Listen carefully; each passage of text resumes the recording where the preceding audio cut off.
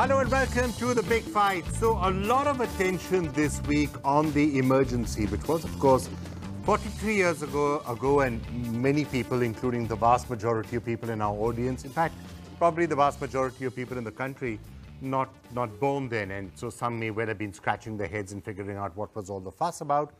Obviously, it's a very important period in India's history, the only period where India was not actually a fully functioning democracy. And that has been one of the biggest areas of pride for India. Of all the countries that got their independence in the 20th century, India, one of the very few countries which has always been a functioning democracy, with that brief little aberration. Now, why the emergency was discussed so much this week on the 43rd anniversary is, of course, something that we are going to be discussing during the course of this program. The Congress will say it was political reasons. I'm sure the BJP will have its own take on it. But it's important also to look at that question because some of the other factors that come to bear, such as the fact that it was possible and feasible at that time for fundamental rights to be suspended, for the freedom of speech to be suspended, for the press to be gagged, for institutions to be systematically subverted. We have to all ask ourselves that question, could that ever happen again? There are some, of course, on the Congress and our opposition side who are saying it's already starting to happen, institutions are being subverted as we speak, and that, again, something that we will be discussing during the course of the show. But what can we do to make sure that our institutions are not ever subverted in the manner that they were between 1975 and 77? That, I think, is an overall lesson we would like to draw from this program. And we have a great panel joining us with this. Let me start off by saying it's a pleasure and privilege, as always, to have Mark Tully with us, who I think was thrown out of India during the course of the emergency. It was also a privilege to have with us Kalpana Sharma, independent journalist, columnist. Pawan Verma, here to tell us whether he thinks it could ever happen again or it couldn't happen again. Sandeep Mahapatra, member of the RSS. We've also had a lot of discussion over the course of this week about the specific role that the RSS and other organizations like that played in this entire process. It's great to have with us Pranav Jha, AICC Secretary, who can maybe tell us what the Congress Party makes of a lot of this. Vineet Goenka, it's national convener of the IT cell of the BJP, also been, member of the Governing Council of the CRIS and the Ministry of Railways. Good to have you with us. And a couple of other guests I just want to welcome onto the program. Chandra Bose, it's a privilege to have you with us, also Vice President of the BJP in Bengal, is also a rights activist, so maybe he can help us understand things from that point of view. And finally, Jawhar Sircar, a senior bureaucrat, can maybe help us understand. He's also written some open letters or joined some bureaucrats in recent times, writing open letters to the government, warning about the erosion of institutions. So great to have all of you with us. And in a couple of minutes, I'm also going to get Salman Khurshid, a very senior Congress leader, on to discuss the emergency with us. Pawan Verma, are you somewhat surprised that this entire issue was raised? Because he's right, it's obviously a stick with not just the BJP, but the entire nation has been beating the Congress with for the last 43 years. Look what you did. The emergency was a blot on the history of independent India. But I think Sir Mark is right that this time it's sort of also, you had a lot of those tweets that were being made by the government, which were, some were saying, well, it applies to you as well. Well, frankly, I think the emergency was a very substantial subversion of the constitution and of democracy in this country. Now, it happened 43 years ago. Much water has flown down the Yamuna. Mrs. Indira Gandhi was punished for it. She won an election again. There have been countless elections since then. Why the scale of the recollection of the event is not for me to answer. We have worthy spokesmen from the BJP or the affiliated organizations who can explain it. But I will say, no one in our democracy should ever forget that something like the emergency could have been imposed. And therefore, vigilance and the need for vigilance, especially among the young who may not have seen such an event, I think that is important. And from there, I have some other conclusions to draw, which if you want, I'll sum up very quickly now or later. I'll come to them to get you to sum them up in a couple of minutes. Okay. Jawhar Sircar, let me just come back to you. The comparisons that we are seeing, not just between the emergency and the Holocaust and Indira Gandhi with Hitler, but also the comparison of 43 years ago with what is happening today. What is your take on it? Because you have written, expressing concern about subversion of institutions in a manner not dissimilar to what's happened in the past. So lots of comparisons are being made, and I'm wondering whether this analogy is any better than this analogy. I mean, comparing the emergency with the Holocaust may be an overstating. Is it also overstating to compare the emergency with anything that's happening today? I'll come in from two roles, two distinct roles. One was that I was 23, put in 6 years of active politics in Presidency College, opposed to emergency, and then I come in as a civil servant, taken during that period. I witnessed to what went on. Now, what distresses us is the fact that same history is being repeated in a very covert manner. Indira Gandhi did it in an overt manner. There is a covert disruption of national institutions. There is no press, no media in India, save one or two brave hearts, who can ever come out with what they think is true. People are distressed with the subversion of institutions, which is an essential feature of this emergency or that emergency. I have described it in one of my writings as a creeping emergency, an emergency that comes in easy installments. We are bothered about this. And the other thing that again bothers us or distresses us is, why are you picking on an issue that's 43 years old? If you can go back to 43 years, let's go back 33 years before, and you'll get the answer why they are doing it.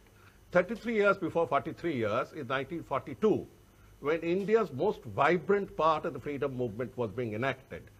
And the people who opposed it are the ones who are now coming up to exaggerate their role during this very distressing period of emergency. It is true that the RSS did fill up the jails. They could afford to do it. Very few people had the resources to go on filling up, but that is the only time, I repeat, since 1947, or before 1947, that they participated in the national mainstream. So it is imperative for them to highlight that role where they were part of the Indian struggle. Now, let's get that aside.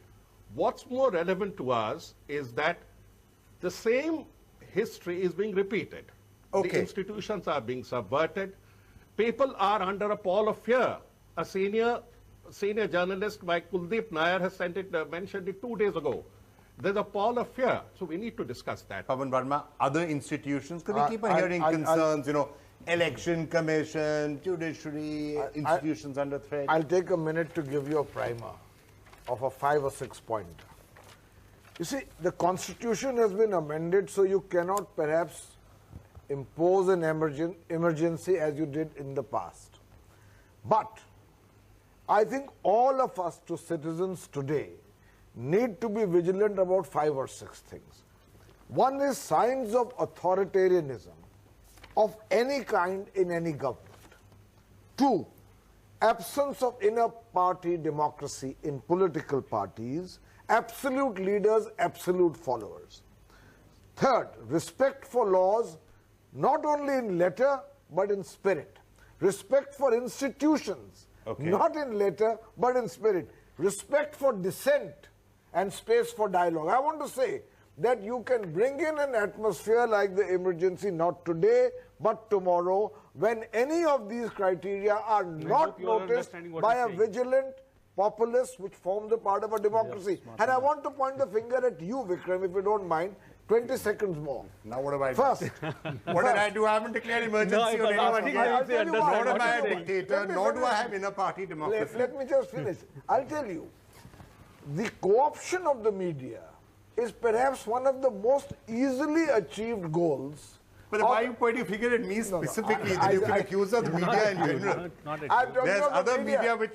not you. Okay, so if you're referring to any co-opted media, please mention whom you are referring to as co-opted. Okay. I don't think you're necessarily referring to me or anyone on this channel. I've been both a diplomat and I'm a politician. So I'm not taking names. Okay. But I want to make 2 important points. It'll take me 20 seconds. The media shouldn't get co-opted, that's what you're saying. One is a black censored page has happened in the emergency is better than the kind of incipient co-option that you may see. You need to clap where on this. channels after channels and papers after papers peddle only one point of view without space, sufficient space for another point of view. It's a very serious matter. It's not about today. It can happen tomorrow. But who is watching? Who's keeping a topic? So now that you said so much, you might as well tell me whom are you naming? Second, and for this audience. For the audience, I I was know who telling you're them- referring to. The audience probably knows who No, you're referring to, but I why want don't to you say say to it? this audience, that's not about you, Vikram, don't become so personal. No, I'm not. I know it's not about me. Sometimes I'm just saying to you that this is a danger. Second, for all of you, because all of you come from the middle class. The middle class of this country was the most easily persuaded about dictatorial rule. They said train time pe chalti hai, danda chalta hai, why not? And today, the same middle class. Really interesting point, The because I same tell you middle something. class today, by the This way- week I read an article saying that sometimes that the iron fist of Narendra Modi may be required to help with delivery. So I'm just saying. it has always it's been a there. part- That voice it's a has part always of been the there. same thesis But that you're talking I'm just about. making this point. The middle class were crawled when it was asked to bend. I thought it It was the co-opted itself along with the media. It co-opted itself entirely I'm trying to with get the Chandra Bose in. dictatorial state. Please be vigilant citizens. All right. Jawhar Sircar, how do you prevent it from ever happening again? The protection of institutions. Pawan Verma said a couple of things. You've often written about it. What can all of us as citizens and individuals do? And are you sometimes, by the way, the other aspect that was briefly referred to, which I agreed with, even during the emergency, there were some people who said, well, you know, the roads are running on time and 20th point program, and these are all good things to do. Is there ever a justification for giving up liberties or freedoms? There is none. There is none. I have lived through the entire period of Jayaprakash movement, participated in my own small way. But the point here is that we need to be acutely conscious of the erosion of national level institutions. I resigned from one, but look at the drama that happened thereafter. The minister, the minister who came in, and the chairman of Prasar Bharati went on a slanging match, went on a free-for-all, WWF, over an institution that doesn't belong to either of them. So this same way, the censor board, we had a person of dubious virtues. We had somebody dubious in the merits, I film and think you might technology, mean, sir. Dubious merits, not virtues. So dubious merit. Now the point is that we need to get over this hype. One leader, absolute, infallible, mighty leader with mighty punches leading India together to the 22nd of whatever century. We need to get to reality, and in order to do that, as Pawan put it so beautifully, we need the freedom of airing our views. Chandra Bose mentioned about surveillance. Can this government tell us with their hand on their heart that people like us who are dissenting are not under surveillance? Vikram, are you under surveillance? You would know. So let's not talk about surveillance and stuff like that. Now that I you have served mention the it, government, so has Pawan. I'll look at my phone. I'm looking at my phone again with weary eyes after you just said what you said. but this is- okay. No, what is saying? Okay, I think it's a valid point. Point is, Kalpana, we need to be conscious. okay.